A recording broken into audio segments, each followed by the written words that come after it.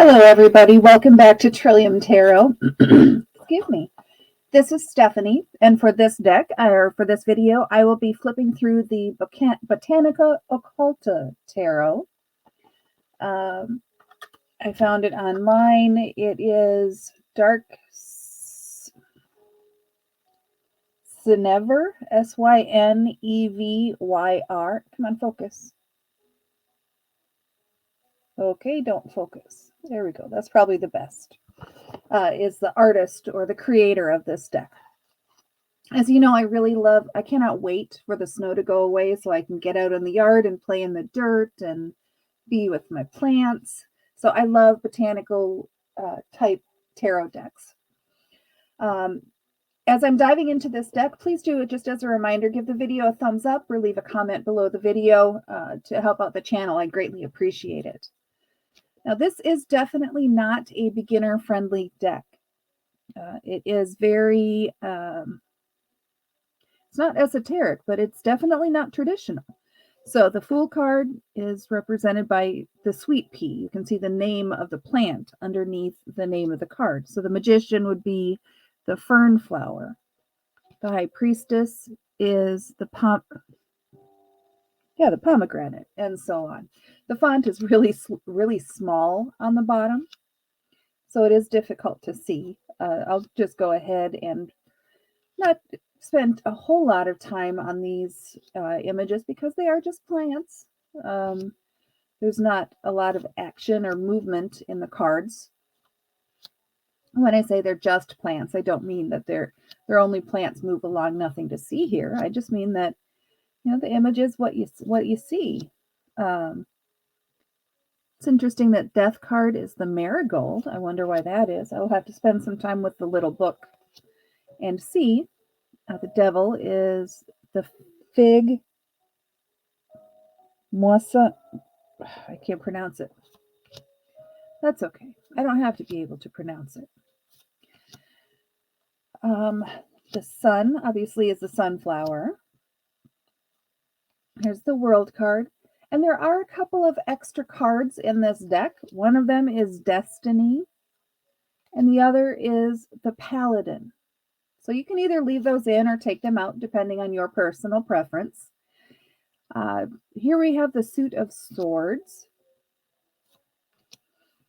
So these do have some more of the more traditional type imagery. You know, for the Four of Swords, you have the three swords on the wall and then the one laying on its side.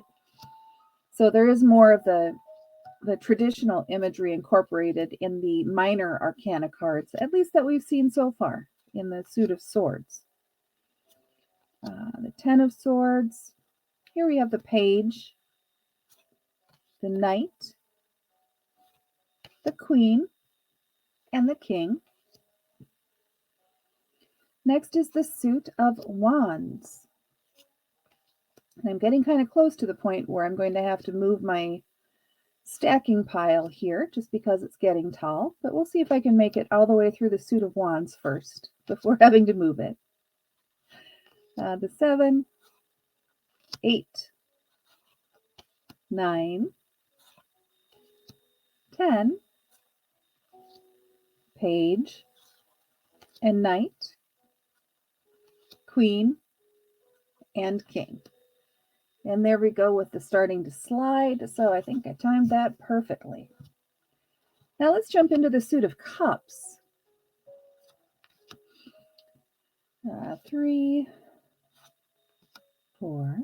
This is definitely not a beginner deck. I can't remember if I said that at the beginning of this video or not. But the cards still have the same meaning no matter what is depicted on the front of the card. I like to think of the individual artist's interpretation as just a way to, you have the base meaning or the base interpretation of the card, and then the artist puts their specific flair on it to kind of trigger kind of a happy little trail of meandering or a chain of thought kind of thing to kind of expand on your interpretation a bit. If you choose to go that route, if you choose to stick with just the base interpretation of the card meaning, that's okay too. because you are the person interpreting the card. It's what it means to you. So we'll wrap up this final suit, the suit of Pentacles, with the Knight, the Queen, and finally the King. I hope that you enjoyed the walkthrough of this deck. I really like this deck, even though it is not beginner friendly. Please do give it a thumbs up. Thank you so much for taking the time to watch this video, and I look forward to the next one. We'll see you then.